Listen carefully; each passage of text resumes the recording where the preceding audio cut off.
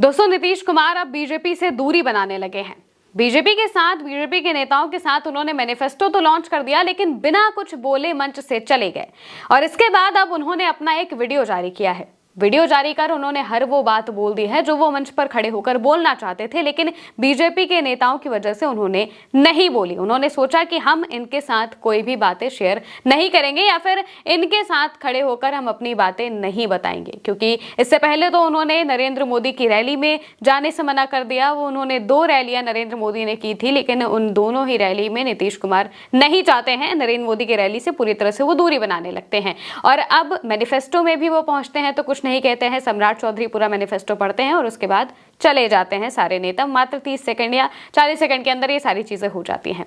लेकिन अब नीतीश कुमार ने अपना वीडियो जारी कर बिहार की जनता को संदेश दिया है। बिहार की जनता से वो कह रहे हैं कि हमने आपके लिए बहुत सारा काम किया है और आपने मुझे मुख्यमंत्री के रूप में चुना था, इसके लिए मैं आपका बहुत आभारी हूं और आपको हमें फिर से चुनना चाहिए। सबसे पहले आप नीतीश कुमार का वो बयान सुनिए। बिहार के मेरे प्यारे भाइयों एवं बहनों, आपने मुझे वर्ष 2005 से लगातार बिहार के लोगों की सेवा करने का मौका दिया है। हम आपको बताना चाहते हैं कि जिस स्थिति में हम लोगों को बिहार मिला था, उस समय बिहारी कहलाना अपमान का विषय था।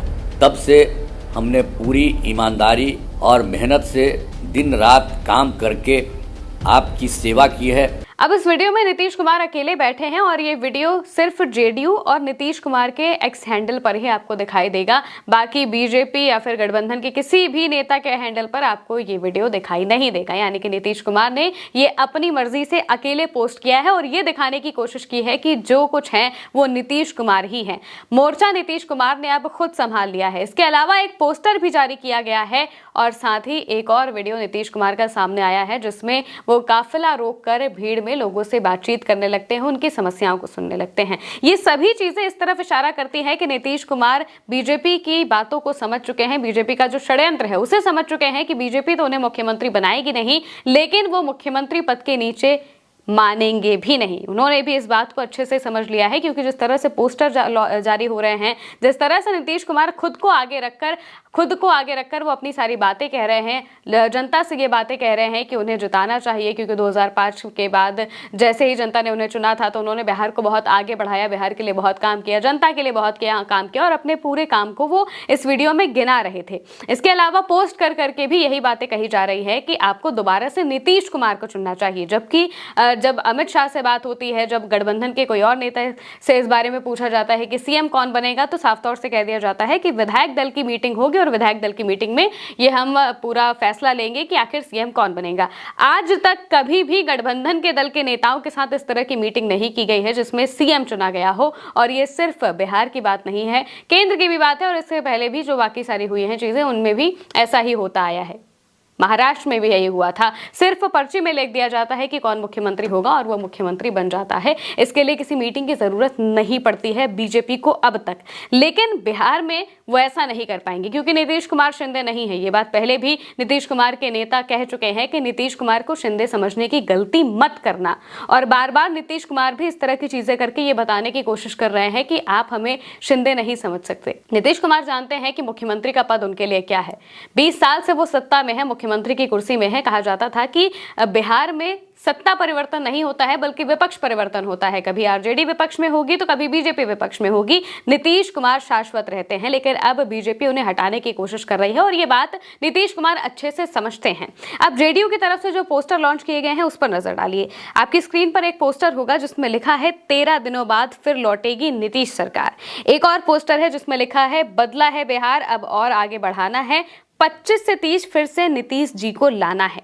अब ये 13 दिनों बाद फिर से नीतीश सरकार, इसका क्या मतलब है? जाहिर सी बात है कि नीतीश कुमार खुद को ब्रांड बता रहे हैं और कह रहे हैं कि जैसे ही सरकार बनेगी तो दोबारा से नीतीश कुमार ही मुख्यमंत्री बनेंगे। 25 से 30 फिर से नीतीश, इसका भी यही मतलब है कि भाई 2025 से 2030 तक नीतीश कुमार ही मुख्यमंत्री होंगे। ये बात वो अपने हैंडल्स के जरिए, इस पोस्टर्स के जरिए साफ तौर से बताने की कोशिश कर रहे हैं कि जो कुछ भी है वो नीतीश कुमार ही है। चाहे बीजेपी जितनी कोशिश कर ले, चाहे अमित शाह कितना भी अपनी जो बुद्धि है, चाणक्य बुद्धि है, वो लगाने की कोशिश कर ले, लेकिन नीतीश कुमार भी इन सभी चीजों को देख रहे हैं, जान रहे हैं, समझ रहे हैं और अपने तरीके से काम करने का पूरा जो मन है वो भी उन्होंने बना लिया है। इसके अलावा एक और पोस्ट किया गया है जिसमें लिखा गया है माननीय मुख्यमंत्री का संदेश, और इसमें उन्होंने बताया है कि 2005 से पहले बिहार की स्थिति क्या थी और उसके बाद वो आए, उन्होंने बिहार के लिए क्या क्या काम किया है। और इसके साथ में ये बताने की कोशिश की जा रही है कि नीतीश कुमार ने आखिर बिहार के लिए क्या किया है। इसमें सिर्फ नीतीश कुमार की फोटो है और उपलब्धियां भी सिर्फ और सिर्फ नीतीश कुमार की गिनाई गई हैं। इस वजह से ये पोस्ट सिर्फ जेडीयू के हैंडल के अलावा कहीं पर भी नहीं दिखेगा। सिर्फ नीतीश कुमार और जेडीयू के हैंडल ही ऐसे हैं जो इस तरह की चीजें पोस्ट कर रहे हैं। इसके अलावा बीजेपी की तरफ से ऐसी चीजें कहीं से भी पोस्ट नहीं की जा रही हैं।